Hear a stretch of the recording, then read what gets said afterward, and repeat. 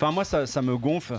Sincèrement, on s'en fout de savoir si Ben Arfa joue pas ou s'il joue, quoi, qu'il fasse le taf que Emery lui demande et puis point barre et qu'on passe à autre chose, quoi. Je veux dire, Ben Arfa, c'est pas le Paris Saint-Germain, quoi. Il y a d'autres joueurs au PSG, quoi, non?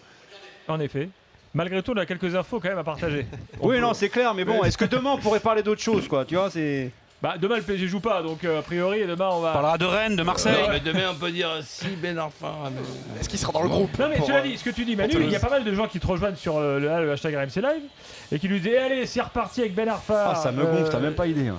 Bah oui, mais enfin c'est quand même un gars qui a marqué la Ligue 1 toute la saison Oui, mais dernière. On parlait que de d'accord, lui. mais qu'est-ce qu'on peut rajouter, Gilbert, sur ce qu'on a déjà dit? Voyons les infos que va nous donner Georges et vous pourrez réagir ou pas et on passera à la suite si ça vaut pas le coup qu'on réagisse. Georges. Oui, bah Artem Ben Arfa qui est pas dans le groupe aujourd'hui pour la troisième fois. Non, mais en gros, ce qui. Non, mais je te sens sur la défensive quand même là. Non, mais ce qui est nouveau aujourd'hui, c'est que l'entourage veut faire passer des messages, l'entourage d'Artem Ben Arfa, pour expliquer qu'ils sont un peu agacés par la situation, voire un peu inquiets. Il nous explique qu'il n'y a pas de communication véritablement entre Unai Emery et Artem Ben Arfa au quotidien, ce qui, en tout cas, interpelle au sein des proches de Artem Ben Arfa qui disent que si ça s'améliore pas, ils vont demander bientôt un rendez-vous avec le directeur du football, Patrick Kluivert, ou Nasser Al-Khelaifi, le président parisien.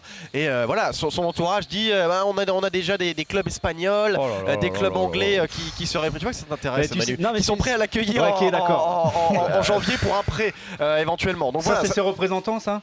Ouais. Bah moi j'ai un conseil à donner à Athème, change de représentant parce que sincèrement ils ne font que rajouter de l'huile sur le feu et j'ai l'impression que tous les articles, toutes les polémiques qu'on sort tous les jours entre Emery, Ben Arfa, Paris Saint-Germain, ce n'est fait uniquement justement pour que ça pète en fait.